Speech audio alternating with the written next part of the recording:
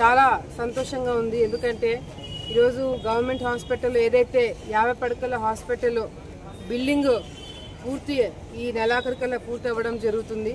మరి రాష్ట్రంలోనే ఇందాక కాంట్రాక్టర్ ఇప్పుడే చెప్తున్నాడు నాకు, రాష్ట్రంలోనే నాబార్డ్ కింద చాలా వరకు హాస్పిటల్స్ అన్నీ 50 బెడ్ హాస్పిటల్స్ అప్గ్రేడేషన్ ఉన్నవన్నీ కూడా క్యాన్సిల్ అయినా కూడా ఫస్ట్ పూర్తి చేసుకునే స్థాయికి ఈరోజు ఆళ్లగడ్డ హాస్పిటల్ రావడం అనేది చాలా చాలా ఆనందంగా గర్వంగా ఉంది. మరి స్పెషల్గా డాక్టర్లందరికీ కూడా నేను ధన్యవాదాలు తెలియజేసుకుంటున్నాను. ప్రతి ఒక్కటి కూడా దగ్గరుండి చూసుకుని ఏదో కన్స్ట్రక్షన్ జరిగిపోతుందిలే వాళ్ళు చూసుకుంటారు, ఇది మా పని కాదు కదా అని అనుకోకుండా ఎక్కడెక్కడ కడుతున్నారు, ఏం కడుతున్నారు, ఎప్పటికప్పుడు మాకేం అవసరము, పేషెంట్స్కి ఏం అవసరము, ఎట్లా ఉండాలనేది ప్రతి ఒక్కటి కూడా దగ్గరుండి మరి చూసుకుంటున్న సుజాత గారికి కూడా నేను ధన్యవాదాలు తెలియజేసుకుంటూ, మరి నేను గతంలో కూడా మాట ఇచ్చిన, ఏదైతే 100 పడకల హాస్పిటల్ మా చేతుల మీద తప్పకుండా మొదలవుతుందని చెప్పినానో, మరి గతంలో ఆళ్లగడ్డలో 30 పడకల హాస్పిటల్ని 50 పడకలకి తీసుకొచ్చినాము. వాళ్ళు మేము టెండర్లు పిలుచుకున్నాము, వైఎస్ఆర్సీపీ నాయకులు ఎంతసేపు మేము టెండర్లు మేము పిలిచినామని చెప్పారే తప్ప కాంట్రాక్టర్లతో వాళ్ళని ఇబ్బంది పెట్టి కాంట్రాక్టర్లను పని మొదలు పెట్టకుండా వాళ్ళని గత ప్రభుత్వం ఇబ్బంది పెట్టినారు.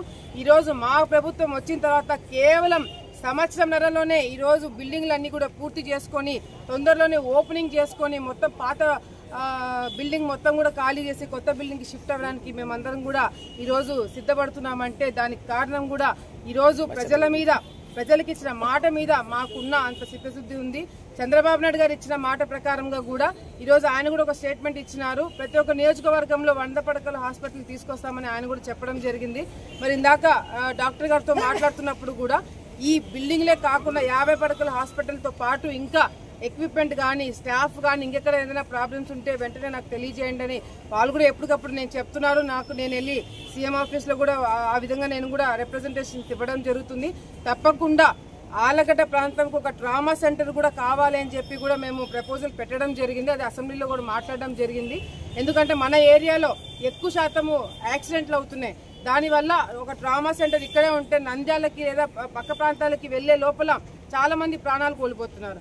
ఆ పరిస్థితి రాకుండా ఉండాలి అంటే ఇక్కడే ఒక ట్రామా సెంటర్ పెడితే మనకు ఉపయోగకరంగా ఉంటుంది, ప్రజలకి ఇబ్బంది లేకుండా ఉంటుందని చెప్పి ఒక ఆలోచనతో దాన్ని కూడా మేము గట్టిగా పుష్ చేస్తున్నాము. తప్పకుండా వచ్చే రోజుల్లో ట్రామా సెంటర్ 100 బెడెడ్ హాస్పిటల్ కూడా నా చేతుల మీదనే ఓపెనింగ్ జరిగి తీరుతుందని చెప్పి ఈ ప్రభుత్వంలో జరిగి తీరుతుందని చెప్పి కూడా ప్రజలందరూ కూడా మరొకసారి తెలియజేసుకుంటూ, శోభా నాగిరెడ్డి గారు భూమా నాగిరెడ్డి గారి కళ 100 పడకల హాస్పిటల్ ఆళ్లగడ్డకి తీసుకురావాలని చెప్పిన వాళ్ళ కళ ఈరోజు మెల్లిమెల్లిగా నెరవేరుతున్నందుకు నాకు చాలా సంతోషంగా ఉంది. తొందరలోనే మరి బిల్డింగ్ ఓపెనింగ్ కూడా ప్రజలందరినీ కూడా ఇన్వైట్ చేసి చాలా భారీ ఎత్తున ఓపెనింగ్ కూడా చేస్తామని చెప్పి సందర్భంగా తెలియజేసుకుంటున్నాను.